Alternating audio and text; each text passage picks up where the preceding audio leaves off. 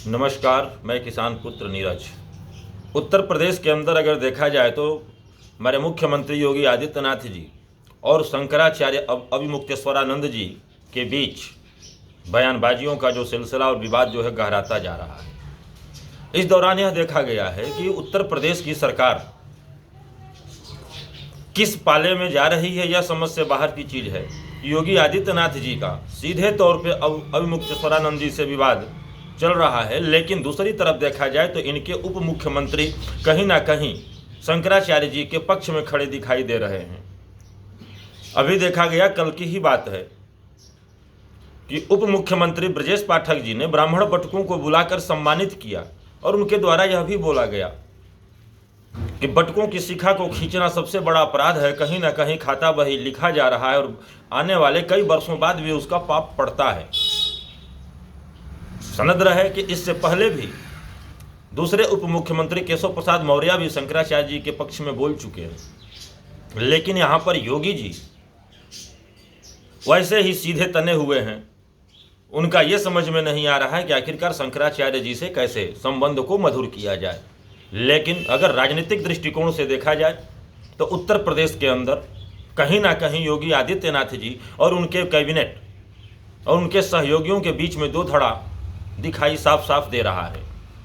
यह सब चीज़ें दिल्ली दरबार से नियंत्रित हो रही हैं कि योगी आदित्यनाथ जी को कमज़ोर करने के लिए उनको निर्देशित करके बयान दिलवाया जाता है और वह उसी पर स्टैंड करके रहें और उनके पीछे के जो लोग हैं उनको दूसरे राह से घुसाकर अविमुक्तेश्वरानंद जी के फेवर में बोलवाने का काम किया जा रहा है। कहीं योगी आदित्यनाथ को वाकई निपटाने की तो पूरी तैयारी नहीं चल रही है कि 2027 चुनाव आते आते इनकी जनता के बीच में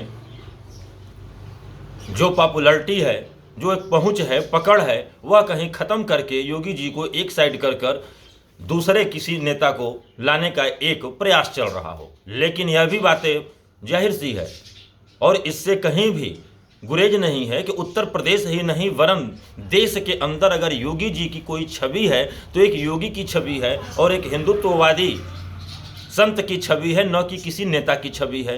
तो उनको किनारे कर कर अगर भाजपा यह चाह रही होगी कि हम दूसरे किसी नेता को उत्तर प्रदेश के अंदर बैठाएंगे, उत्तर प्रदेश देश का सबसे बड़ा प्रदेश है, 403 विधानसभा सीटें हैं और 80 लोकसभा सीटें हैं, यहीं से देश की राजनीति निर्धारित की जाती है। तो अगर इस पर योगी जी को हटाने की बात करते हैं तो कहीं ना कहीं भारतीय जनता पार्टी को इसका खामियाजा भुगतना पड़ेगा। क्या इस चीज़ से भारतीय जनता पार्टी का दिल्ली दरबार नहीं समझ रहा है? कहीं दिल्ली दरबार समझ रहा है, फिर भी उत्तर प्रदेश में निपटाने और योगी जी को उनके घर पे मतलब कि मठ पे, मंदिर पे भेजने की तैयारी तो नहीं चल रही। यह भी जनता के मन में प्रश्न चिन्ह लगा उठा हुआ है। लेकिन यहाँ पर हम बात करेंगे अविमुक्तेश्वरानंद जी और योगी जी का। अविमुक्तेश्वरानंद जी सीधे तौर पे आक्रामक योगी जी के ऊपर होते जा रहे हैं और बार बार उनको असली हिंदू और नकली हिंदू के बारे में बात कर रहे हैं। फिर भी योगी जी तटस्थ हैं, सीधे तौर पे एकदम कोई भी बयान नहीं दे रहे हैं। मेरा मत है या लोगों का भी मत है कि इस बात को देखते हुए योगी जी भी एक संत हैं, संत समाज से ही आते हैं, योगी के ही तौर पे उनकी और संत के तौर पे लोगों के अंदर पहचान है। तो यह मामला सीधे तौर पे अपने से ही उनको सुलझा लेना चाहिए, न कि किसी के दिशा निर्देश पर उनको रोबोट का रिमोट की तरह कोई संचालित करे और ये रोबोट बनकर काम करे। ऐसा भी नहीं होना चाहिए। इनके ही उप मुख्यमंत्री इनके अगेंस्ट में, इनके विरोध में जो बयान दे रहे हैं यह भी समझ से परे है और प्रदेश की जनता यह नहीं समझ पा रही है कि आखिरकार योगी जी की हठ धर्मिता इसे कहा जाए या योगी जी सच्चाई के साथ खड़े हैं। यह चीज़ें समझ से बाहर हो रही है और संत समाज से आने के बावजूद अगर स्वामी अविमुक्तेश्वरानंद जी जो शंकराचार्य हैं उनके साथ इनके विवाद गहराते हैं तो कहीं ना कहीं इसमें हमारे योगी जी की ही छवि खराब होती है। और मैं यही उम्मीद करूंगा कि छवि को दुरुस्त करके बरकरार करके चलने में ही उत्तर प्रदेश ही नहीं देश और सनातन की भलाई है।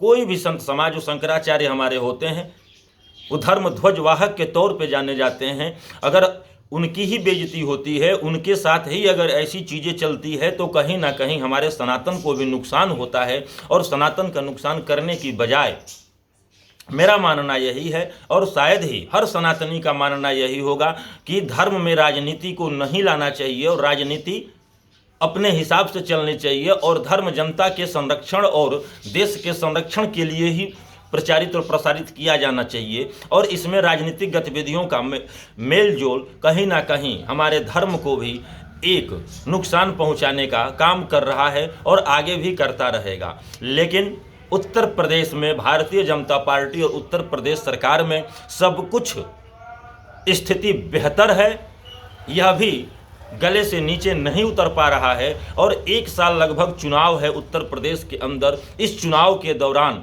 क्या स्थितियां और परिस्थितियां निकल कर आती है, यह भी देखने वाली बात है और आगे हम लोग देखते रहेंगे। फिर मिलते हैं अगले वीडियो में। नमस्कार।